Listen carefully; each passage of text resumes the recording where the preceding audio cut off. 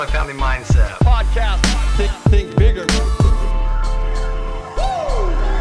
Hey, what's going on, everybody? Welcome to another episode here on the MFM podcast. It is Thursday, and today we're going to dive into the story that Rashmi shared this past week with Zach.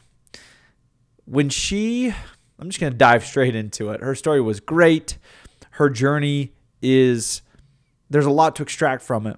And from the interview that her and Zach had earlier in this week, I wanted to highlight some things. Again, in typical fashion, I'm going to kind of go through some bullet items, try to extract as much of the mindset side and principle side of the way she chose to operate, move forward in her journey, in her multifamily journey, and how she found success, so that you can take these things and make them actionable in your own life, in your own journey. Because again, success leaves clues, failure leaves clues. There are patterns to pay attention to.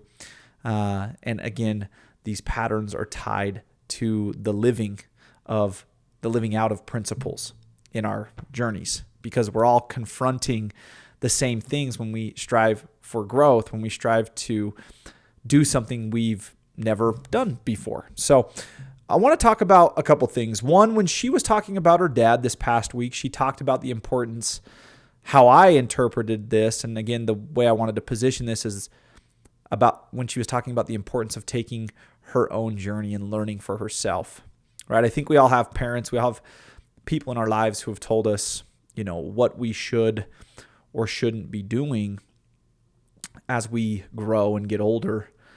And the truth is, there is so much power in embracing your own journey and making your own decisions, and gaining your own experiences and leaning fully into and owning that. And I think a key contributor to that is being honest with yourself about what you really want versus what other people want for you.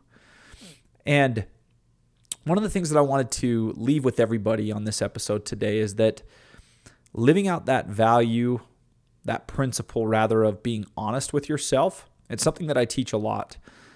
There is so much power in honesty, and it really does empower you to take ownership of your journey. And I just think that it was beautifully put, how Rashmi shared her experience in embracing her own journey and how some of that has come full circle with some of the things that her dad used to share with her when she was younger.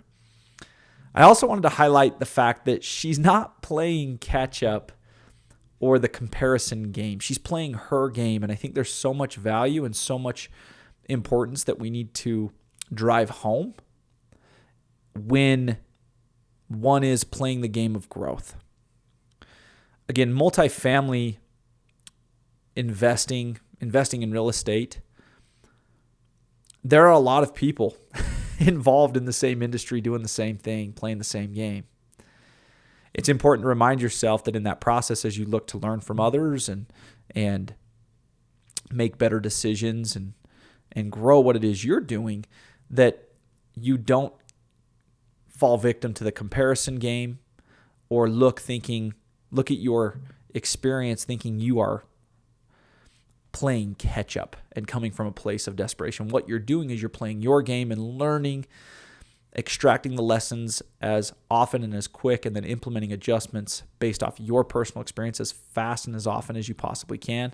Maybe fast is not the right word. I guess I just don't want to give the wrong context that you must hurry. You just must be efficient and consistent in applying the adjustments based off the things that you're learning. Learn from everything. Learn from everything that you're experiencing right now, and then implement, if you will, what is going to work best for you at the time you're at. I think that's one of the biggest lessons I've learned as an entrepreneur, that playing catch up, playing comparison, it only dilutes your process and your progress. You must play your game, and you must play it only the way you can. And within that process, it looks like a lot of exploration, a lot of learning, and not being afraid to do something a little bit different than others, to evolve and to change. There's a really important thing that I also wanted to differentiate between in Rashmi's story, and that is that education and learning is one thing, and she talked heavily about the importance of learning and education. But commitment, true commitment, is completely different. Commitment is taking what you've learned and saying to yourself, making the conscious decision that I'm going full send no matter what. I'm moving forward this way. I'm not learning more about it. I'm moving forward this way. Something that I remind myself in my own journey because, again, fear can settle in, right? And we can get ourselves caught in that trap again or that cycle, that never-ending loop of just like learning. And again, commitment is different. Implementation is different. I remind myself of this all the time.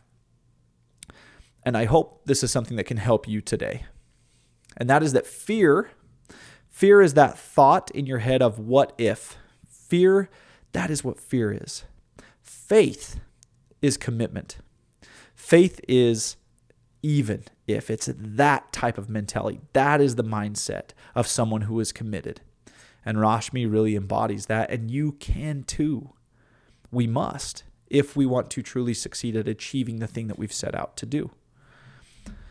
She talked about an exercise. I wanted to invite anybody who's new to this space and has never done this. I don't even know if she knew that she explained it this way, but it was so beautifully put. And it was that defining what you do want is really important, but she talked about the importance of defining what you don't want. What you don't want out of this life, what you don't want to do, and how that is just as important. I would go as far to say that it's not only important to do this, but it is important to write something like that down. List it out. Put a line in the middle of a page. On the left side, here's what I do want out of life, out of the next 10 years, 5 years of my life, out of my life in totality from this point forward, and here's what I don't want, so that it's clear. Bring it to life. Put it on paper on purpose. It's a really powerful exercise. And I invite you to do it if you haven't ever done something like this. And then the last couple things, really the last piece, because again, I like to keep these under 10 minutes. Rashmi talked about vulnerability. And I want to just bring to light that vulnerability is actually something that is attached to true risk when you take a risk, right? Not talking of risk, not thinking about taking a risk, but actually taking the risk. You are saying, yes, I will allow myself to be vulnerable. I'm going to put myself in a vulnerable position. People who allow themselves to conquer that fear and move forward vulnerably and take that step forward, they find everything they're looking for on the other side of that. I can speak from experience because there's been plenty of times where I have resisted that vulnerability, and it's a really hard mental place to be in when your true ambitions and desires don't match your willingness to take proper action, which again, vulnerability and making yourself vulnerable for the risk you're willing to take is part of that right action. It's part of the steps. It's an inescapable part of the process if you're going to truly find success. Without vulnerability, it's really impossible to grow, to find and create the success you know you're capable of. You've got to be willing.